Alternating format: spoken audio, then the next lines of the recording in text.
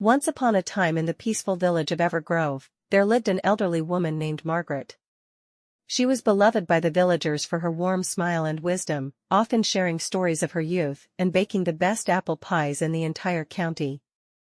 Despite her cheerful demeanor, Margaret had recently started experiencing mysterious health problems.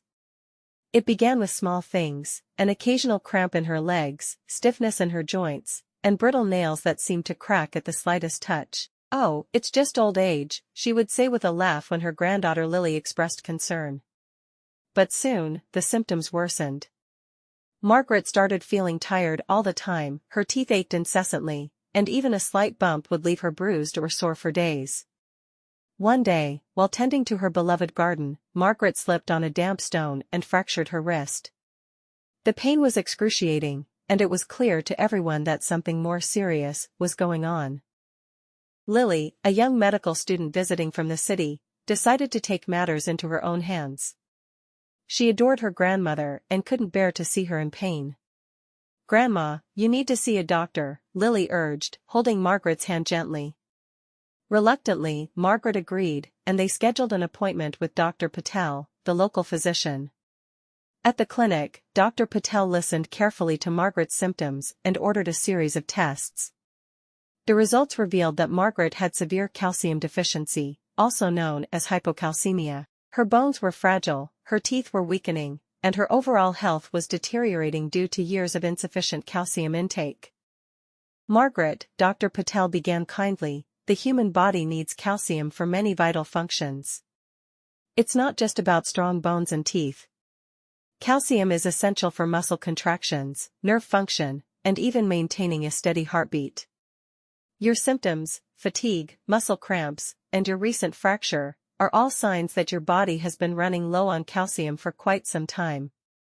Margaret sighed deeply, feeling a pang of regret. She had always been a picky eater, avoiding dairy products and often skipping meals in her younger days. "Is it too late to fix this?" she asked, her voice trembling. "Not at all," Dr. Patel reassured her. "We can take steps to improve your calcium levels and strengthen your bones. But it's important to act now. You'll need a combination of dietary changes, possibly supplements, and a bit of sunlight to help your body absorb calcium better." Margaret nodded, determined to take charge of her health. Lily offered to help her grandmother create a plan to incorporate more calcium-rich foods into her diet. That evening, the two sat together at the kitchen table with a notebook and pen, listing out all the foods Margaret could enjoy.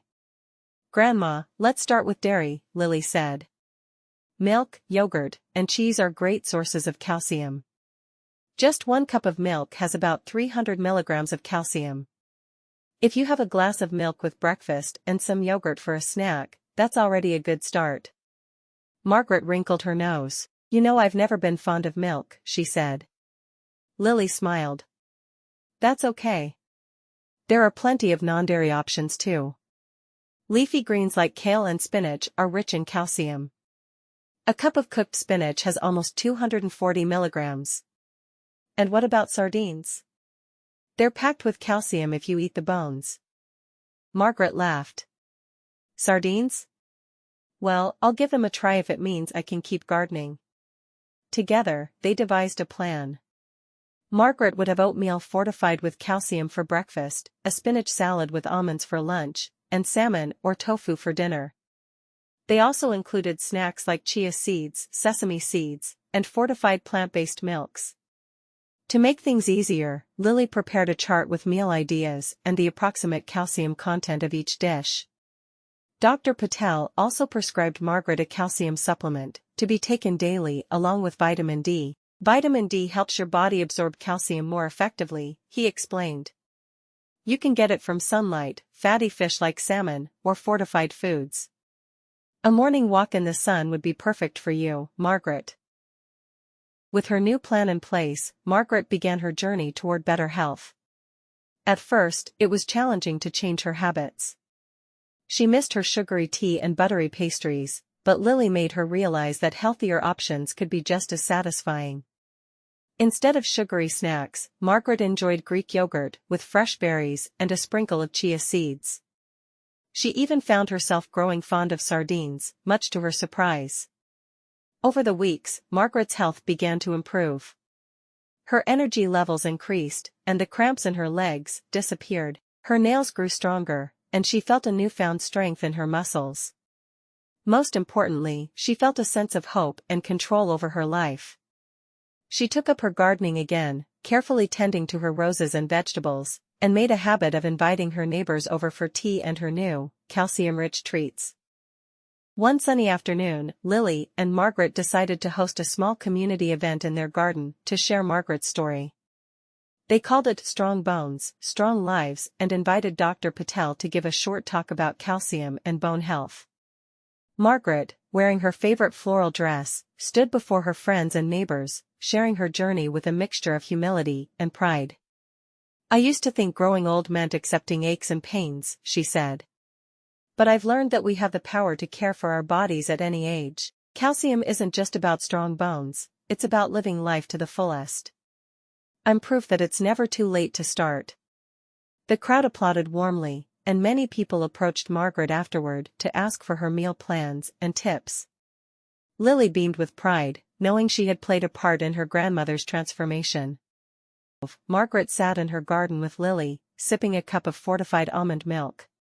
She looked out at the blooming flowers and the smiling faces of her neighbors, feeling a deep sense of gratitude.